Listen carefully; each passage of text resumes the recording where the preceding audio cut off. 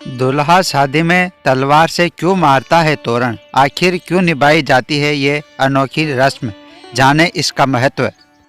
हिंदू वैवाहिक परंपरा में ज़्यादातर रस्में ऐसी होती है जिनके पीछे पौराणिक मान्यताएं जुड़ी होती है। एक ऐसी रस्म है जहां दूल्हा तोरण मारता है। क्या है इसके पीछे की वजह? चलिए जानते हैं। तोरण दो प्रकार के होते हैं, एक जिसमें भगवान गणेश और स्वास्तिक का चित्र बना होता है और दूसरा जिसमें तोते का चित्र अंकित होता है। घर के मुख्य द्वार पर दो तरह के तोरण बांधे जाते हैं। एक तोरण शुभ कार्य में भगवान गणेश और स्वास्तिक का बांधा जाता है। दूसरा तोरण विवाह के समय तोते के चित्र वाला बांधने की परंपरा है। विवाह एक ऐसा संस्कार है जो हर धर्म में अलग अलग तरह से निभाया जाता है। हल्दी मेहंदी लगने से लेकर फेरे होने तक कई ऐसी रस्में होती है जिन्हें निभाना जरूरी और बहुत आनंददायक होता है। इन रस्मों के पीछे कई प्रचलित और वैज्ञानिक धारणाएं जुड़ी होती है। इन्हीं में से एक है दूल्हा जब दुल्हन के घर बारात लेकर जाता है तो तोरण मारता है।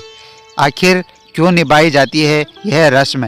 क्या है इसके पीछे प्रचलित मान्यता? क्या है तोरण? तोरण दो प्रकार के होते हैं, एक जिसमें भगवान गणेश और स्वास्तिक का चित्र बना होता है और दूसरा जिनमें तोते का चित्र अंकित होता है।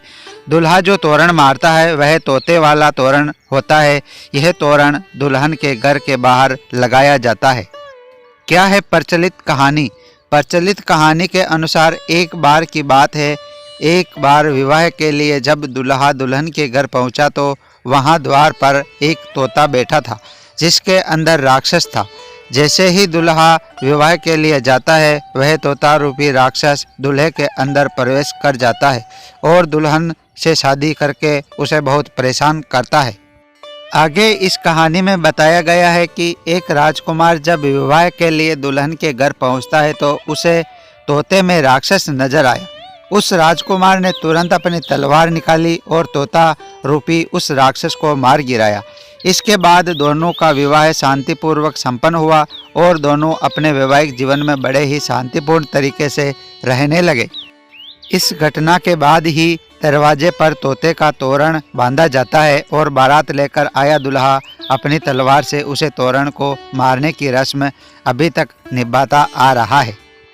दोस्तों, वीडियो अच्छा लगा तो हमारे चैनल को लाइक व सब्सक्राइब जरूर करें। आपका धन्यवाद।